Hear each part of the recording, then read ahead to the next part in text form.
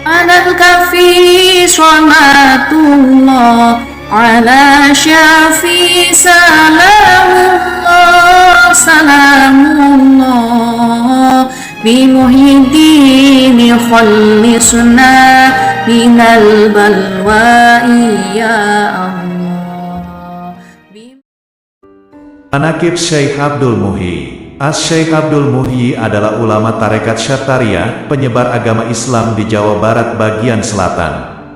Karena dipandang sebagai wali, makamnya di Pamijahan dikeramatkan orang. Abdul Muhyi datang dari keluarga bangsawan. Ayahnya, Sembah Lebe Artakusuma, Abdul Jalil adalah keturunan Raja Galuh, Pajajaran. Ibundanya Dewi Tangaziah yang masih keturunan Sunan Giri. Abdul Muhyi dilahirkan di Mataram dan dibesarkan di Ampel, Surabaya, Jawa Timur. Pendidikan agama Islam pertama kali diterimanya dari ayahnya sendiri dan kemudian dari para ulama yang berada di Ampel. Dalam usia 19 tahun, ia berangkat ke Kuala, Aceh untuk melanjutkan pendidikannya dan berguru pada Syekh Abdul Rauf Singkel, seorang ulama sufi dan guru tarekat Syattariyah. Syekh Abdul Rauf Singkel adalah ulama Aceh yang berupaya mendamaikan ajaran martabat alam tujuh yang dikenal di Aceh sebagai paham wahdatul wujud atau wujudiyah, panteisme dalam Islam, dengan paham sunnah. Meskipun begitu, Syekh Abdul Rauf Singkel tetap menolak paham wujudiyah yang menganggap adanya penyatuan antara Tuhan dan hamba. Ajaran inilah yang kemudian dibawa Syekh Abdul Muhyi ke Jawa. Masa studinya di Aceh dihabiskannya dalam tempo 6 tahun. Setelah itu bersama teman-teman seperguruannya, ia dibawa oleh gurunya ke Baghdad untuk memperdalam ilmu dan berziarah ke makam Syekh Abdul Qadir Jailani. Dan kemudian ke Mekah untuk lebih memperdalam ilmu pengetahuan agama dan menunaikan ibadah haji.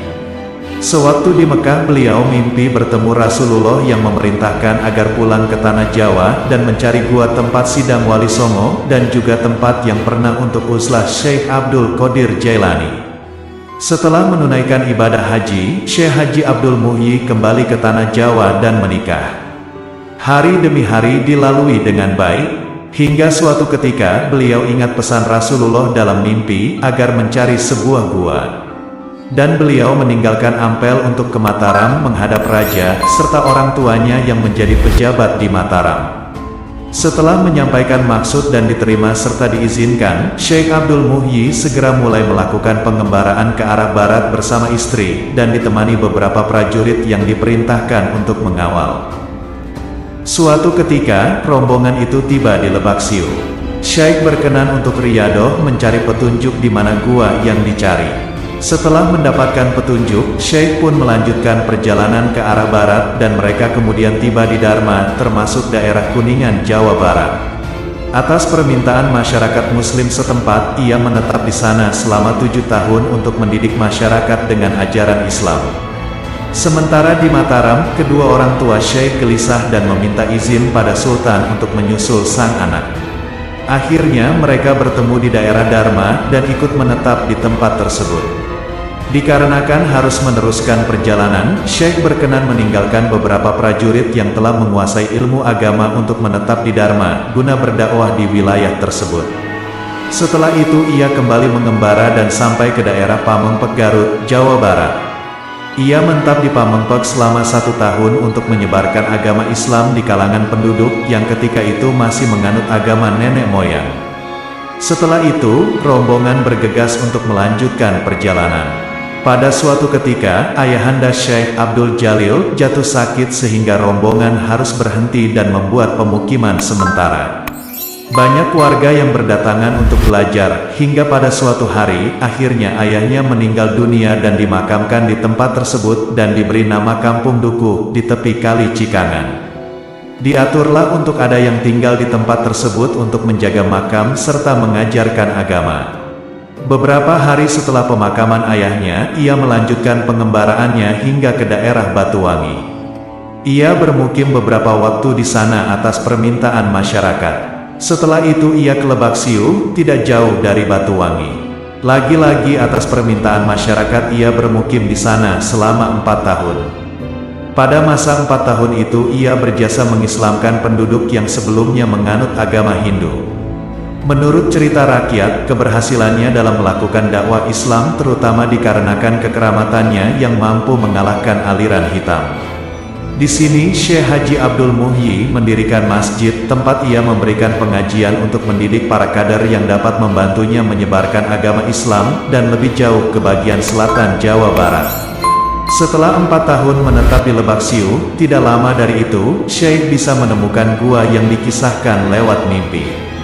Setelah menemukan gua tersebut, ia lebih memilih bermukim di dalam gua untuk mengajar dan bersuluk. Gua tersebut sekarang dikenal sebagai Gua Safar Wadi di Pamijahan Tasikmalaya, Jawa Barat.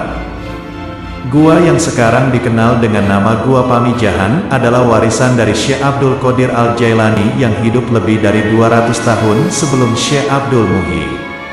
Gua ini terletak di antara kaki Gunung Mujarot. Sejak gua ditemukan, Syekh Abdul Muhyi bersama keluarga beserta santri-santrinya bermukim di sana. Di samping mendidik santrinya dengan ilmu agama, beliau juga menempuh jalan tarekat.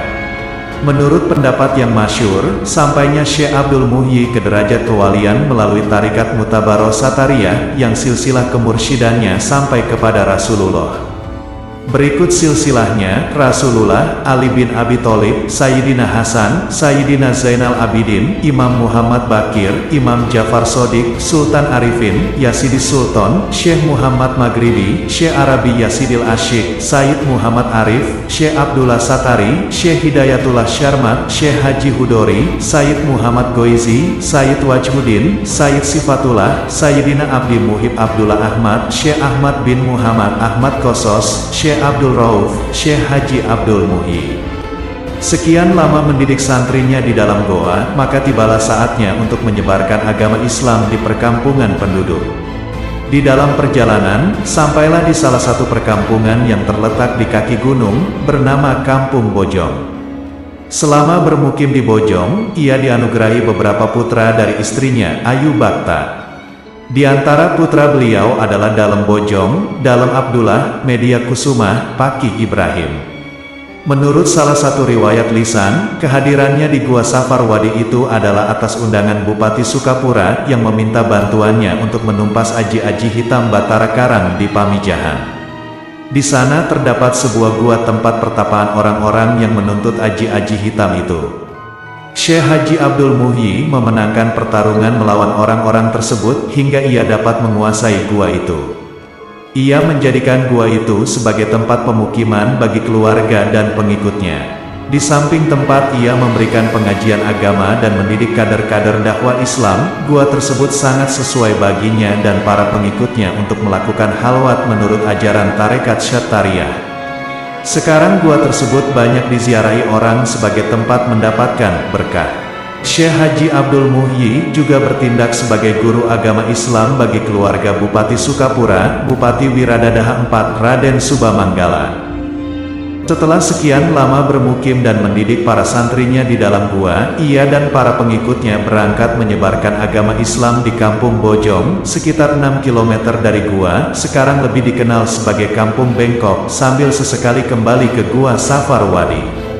Sekitar 2 km dari Bojong ia mendirikan perkampungan baru yang disebut Kampung Safar Wadi. Di kampung itu ia mendirikan masjid, sekarang menjadi kompleks Masjid Agung Pamijahan, sebagai tempat beribadah dan pusat pendidikan Islam. Di samping masjid ia mendirikan rumah tinggalnya. Sementara itu, para pengikutnya aktif menyebarkan agama Islam di daerah Jawa Barat bagian selatan. Melalui para pengikutnya, namanya terkenal ke berbagai penjuru Jawa Barat. Syekh Maulana Mansur berulang kali datang ke Pamijahan untuk berdialog dengan Syekh Haji Abdul Muhyi. Syekh Maulana Mansur adalah putra Sultan Abdul Fattah Tirtayasa dari Kesultanan Banten. Sultan Tirtayasa sendiri adalah keturunan Maulana Hasanuddin, Sultan pertama Kesultanan Banten yang juga putra dari Syarif Hidayatullah atau Sunan Gunung Jati, salah seorang wali Songo. Berita tentang ketinggian ilmunya sampai ke Mataram, kemudian Sultan mengutus beberapa putra-putrinya untuk belajar pada Syekh di Pamijahan. Ketika itu bahkan menjanjikan akan memberi piagam yang memerdekakan daerah Pamijahan dan menjadikannya daerah perdikan, daerah yang dibebaskan dari pembayaran pajak. Berdasarkan keputusan Sultan Mataram itulah oleh pemerintah kolonial Belanda melalui keputusan Residen Priangan, Pamijahan sejak tahun 1899 dijadikan daerah Pasidika, daerah yang dikuasai secara turun-temurun dan bebas memungut zakat, pajak, dan pungutan lain untuk keperluan daerah itu sendiri. Makam Syekh Haji Abdul Muhyi yang terdapat di Pamijahan diurus dan dikuasai oleh keturunannya. Makamnya itu ramai diziarahi orang sampai sekarang karena dikeramatkan.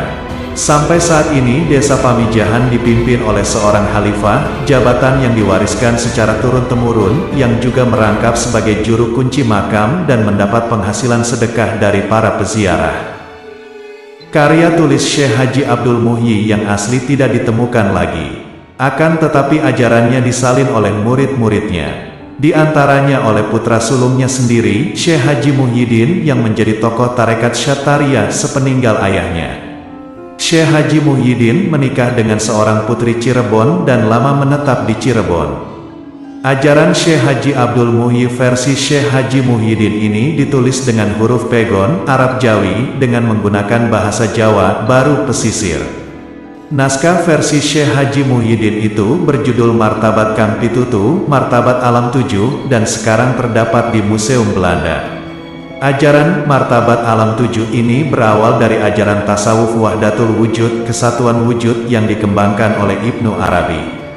Tidak begitu jelas kapan ajaran ini pertama kali masuk ke Indonesia. Yang jelas, sebelum Syekh Haji Abdul Muhyi, beberapa ulama sufi Indonesia sudah ada yang menulis ajaran ini, seperti Hamzah Fansuri, Syamsuddin As-Sumatrani, dan Abdur Rauf Singkel, dengan variasi masing-masing. Oleh karena itu sangat lemah untuk mengatakan bahwa karya Syekh Haji Abdul Muhyi yang berjudul Martabat Kang Pitutu ini sebagai karya orsinilnya, tetapi besar kemungkinan berupa saduran dari karya yang sudah terdapat sebelumnya dengan penafsiran tertentu darinya. Menurut ajaran Martabat Alam 7, seperti yang tertuang dalam Martabat Kang Pitutu, wujud yang hakiki mempunyai 7 martabat, yaitu 1. Ahadiyah, hakikat sejati Allah Subhanahu wa Ta'ala. 2. Wahdah, hakikat Muhammad. 3. Wahidiyah, hakikat Adam. 4. Alam arwah, hakikat nyawa. 5. Alam misal, hakikat segala bentuk. 6. Alam ajsam, hakikat tubuh. Dan 7. Alam insan, hakikat manusia. Kesemuanya bermuara pada yang satu, yaitu Ahadiyah, Allah Subhanahu wa Ta'ala. Dalam menjelaskan ketujuh martabat ini, Syekh Haji Abdul Muhyi pertama-tama menggarisbawahi perbedaan antara Tuhan dan hamba agar sesuai dengan ajaran Syekh Abdur Rauf Singkel. Orang tidak terjebak pada identiknya alam dengan Tuhan. Ia mengatakan bahwa wujud Tuhan itu kadim, azali dan abadi, sementara keadaan hamba adalah muhdas baru. Dari 7 martabat itu, yang kadim itu meliputi martabat Ahadiyah, Wahdah, dan Wahidiyah, semuanya merupakan martabat-martabat keesaan Allah Subhanahu wa Ta'ala yang tersembunyi dari pengetahuan manusia. Inilah yang disebut sebagai wujudullah. 4 martabat lainnya termasuk dalam apa yang disebut muhdas, yaitu martabat-martabat yang serba mungkin, yang baru terwujud setelah Allah Subhanahu wa Ta'ala memfirmankan kun, jadilah. Selanjutnya melalui martabat 7 itu, Syekh Haji Abdul Muhyi menjelaskan konsep insan kamil, manusia sempurna. Konsep ini merupakan tujuan pencapaian aktivitas sufi yang hanya bisa diraih dengan penyempurnaan martabat manusia agar sedekat-dekatnya mirip dengan Allah Subhanahu wa Ta'ala. Melalui usaha Syekh Haji Muhyiddin, ajaran martabat 7 yang dikembangkan Syekh Abdul Muhyi tersebar luas di Jawa pada abad ke-18. Kesaktian Syekh Abdul Muhyi. Pada suatu hari Syekh Abdul Muhyi dan Maulana Mansur berada di Mekah dan hendak pulang ke Jawa. Mereka berdua berunding, barang siapa yang sampai dulu di Jawa hendaklah menunggu di tempat yang telah disepakati. Syekh Maulana Mansur berjalan di atas bumi dan Syekh Abdul Muhyi berjalan di bawah bumi. Masing-masing menggunakan kesaktiannya. Ketika Syekh Abdul Muhyi berjalan di bawah laut, tiba-tiba beliau kedinginan lalu berhenti. Sewaktu hendak menyalakan api untuk merokok, tiba-tiba sekelilingnya menjadi gelap dikelilingi kabut dan kabut itu semakin tebal. Maka beliau teringat bahwa merokok itu perbuatan makruh dan dirinya merasa berdosa. Akhirnya beliau segera bertaubat minta ampunan dari Allah, seketika itu kabut hilang dan perjalanan pun dilanjutkan. Dan mulai saat itu Syekh Abdul Muhyi meninggalkan rokok, bahkan bisa dikatakan mengharamkan rokok untuk dirinya, sedang untuk keluarga dan pengikutnya dilarang merokok bila berdekatan dengannya. Karena itu sampai saat ini di daerah Pamijahan dilarang merokok kecuali di tempat yang telah ditentukan. Pada suatu hari beliau jatuh sakit. Ketika malaikat maut datang menjemput, Syekh Abdul Muhyi berpesan kepada istri dan putra-putrinya, "Wahai anak dan istriku yang tersayang, hendaklah kamu sekalian bertakwa kepada Allah. Berbaktilah kepada orang tua yang telah melahirkan dan membesarkanmu, hormati dan muliakanlah tamumu, bicaralah dengan benar, senangkanlah orang lain, sekalipun kamu tidak dapat menyenangkan orang, janganlah berbuat yang menyusahkannya, kasihanilah orang kecil, hormatilah orang yang besar dan hargailah sesamamu. Hiduplah di dunia ini seakan mau melintasi jurang yang penuh dengan duri." Pada hari Senin tanggal 8 Jumadil Awal tahun 1151 Hijriah, 1730 Masehi ba'da sholat subuh, beliau pergi untuk selamanya menghadap Allah Subhanahu wa Ta'ala dalam usia 80 tahun. Jenazah ulama besar ini dimakamkan di Pamijahan. Hingga saat ini banyak orang berduyun-duyun berziarah ke makamnya sambil membacakan doa, sebagai wujud kecintaan terhadap Syekh Abdul Muhyi, seorang waliullah yang telah berjuang menyebarkan agama Islam di tanah air dan Jawa Barat pada khususnya. Sebagian karomah Syekh Abdul Muhyi. 1. Suatu hari ada orang yang dikejar-kejar sekawanan lebah, lari meminta pertolongan Syekh Haji Abdul Muhyi. Kemudian Syekh Haji Abdul Muhyi berseru kepada kelompok lebah itu, "Kenapa kalian lebah bersikap begitu kepada manusia?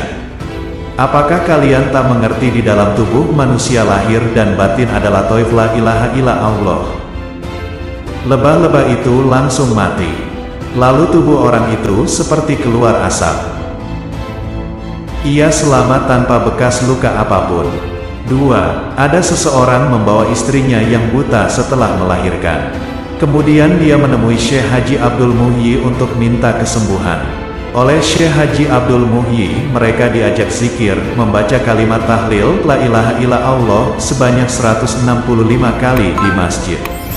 Tak berapa lama wanita yang buta itu pun sembuh. 3. Di waktu yang lain, seseorang membawa anak yang terkena stroke, tubuhnya mati separuh untuk menemui Syekh Haji Abdul Muhyi. Kemudian diajak oleh Syekh Haji Abdul Muhyi berzikir kalimat tahlil sebanyak 165 kali. Akhirnya setelah itu anak yang stroke tadi sembuh total.